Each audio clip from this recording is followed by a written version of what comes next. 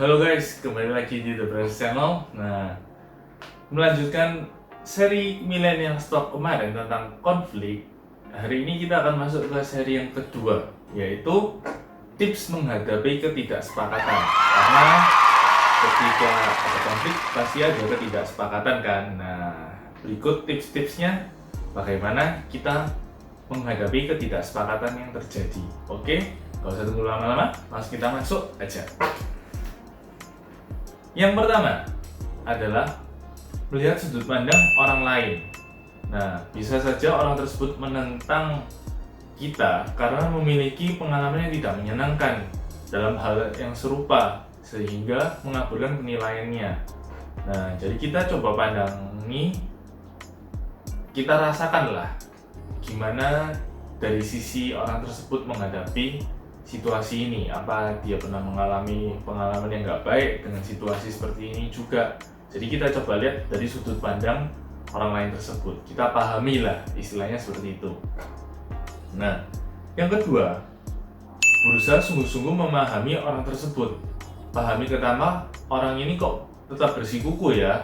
Nah, dengarkan dengan empati. Jadi libatkan perasaan empati kita, jangan cuman kayak formalitas saja kita mau memahaminya. Ajukan pertanyaan-pertanyaan yang membantu kita untuk memahami alasan ketidaksetujuan dari orang tersebut itu apa.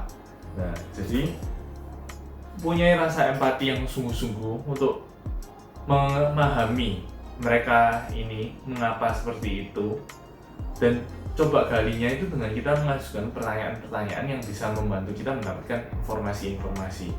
Oke, lanjut yang ketiga, yaitu adalah bertanggung jawab pada emosi kita sendiri dan tetap sopan. Nah, bertanggung jawab pada emosi kita sendiri ini gimana sih maksudnya? Nah, pasti ketika kita berdiskusi ada perasaan emosi yang muncul. Ya, itu pasti tidak bisa kita hindari.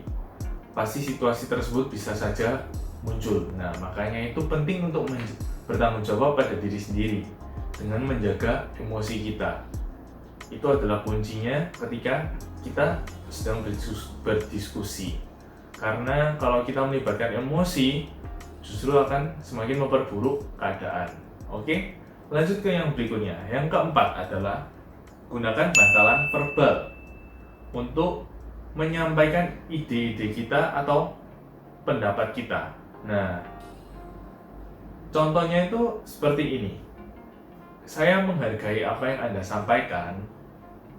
Nah, setelah kita berbicara itu, jangan dilanjutkan dengan kata-kata yang menunjukkan ofensif. Tapi kita harus melunakkan bahasa kita ketika kita sedang mengofens mereka. Nah, contoh kata-kata yang jangan digunakan adalah tapi, meskipun, demikian, bla bla bla. Nah, kita ganti kata-kata ini dengan mari kita bahas juga mengenai bla bla bla. Apa yang terjadi jika bla bla bla? Apa Anda pernah berpikir tentang bla bla bla? Bandingkan dengan ide ini bla bla bla. Jadi ganti kata-kata yang kesannya terlalu menunjukkan offense dengan kata-kata dengan bantalan verbal yang lebih halus. Jadi orang tersebut juga tidak merasa diserang, tapi lebih merasakan vibes untuk diajak diskusi. Nah, itu bisa membantu kita mengubah suasana juga ya.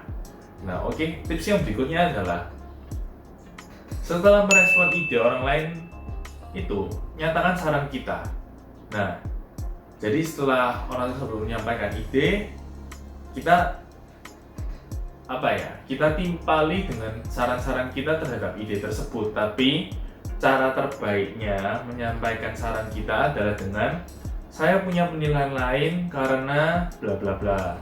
Setelah itu jelaskan bahwa kenapa ide yang kita sampaikan ini itu layak, dan atau kita bisa juga menyertakan juga bukti-bukti yang kita miliki untuk mendukung dari ide kita ini.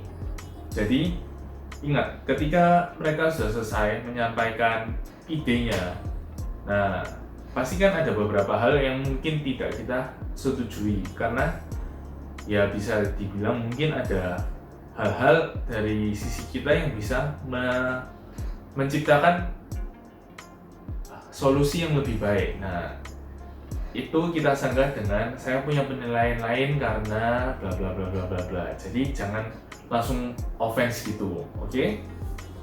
Nah, yang terakhir adalah bersiap menghadapi setiap keberatan yang mungkin timbul dengan membuat persiapan yang matang. Nah, jadi kita ini sebelum istilahnya maju berperang, kita harus punya persiapan yang cukup matang untuk menghadapi situasi-situasi ketidaksepakatan ini. Nah, ingat jangan melibatkan emosi ya, sekali lagi ketika kita nanti menyampaikan presentasi yang akan kita sampaikan, dan sampaikan presentasi itu dengan logis dan fakta, dan juga bila bisa sertakan juga bukti-bukti yang ada mendukung hal tersebut. Oke, jadi hari ini kita membahas tentang bagaimana caranya menghadapi ketidaksepakatan, dan ini adalah tips-tipsnya. Semoga bisa membantu kalian, dan juga jangan lupa komen, share, like, dan subscribe video dan channel kami. Oke, see you. Semoga bisa membantu kalian, dan jika kalian terbantu, kita senang juga. Oke, see you, bye.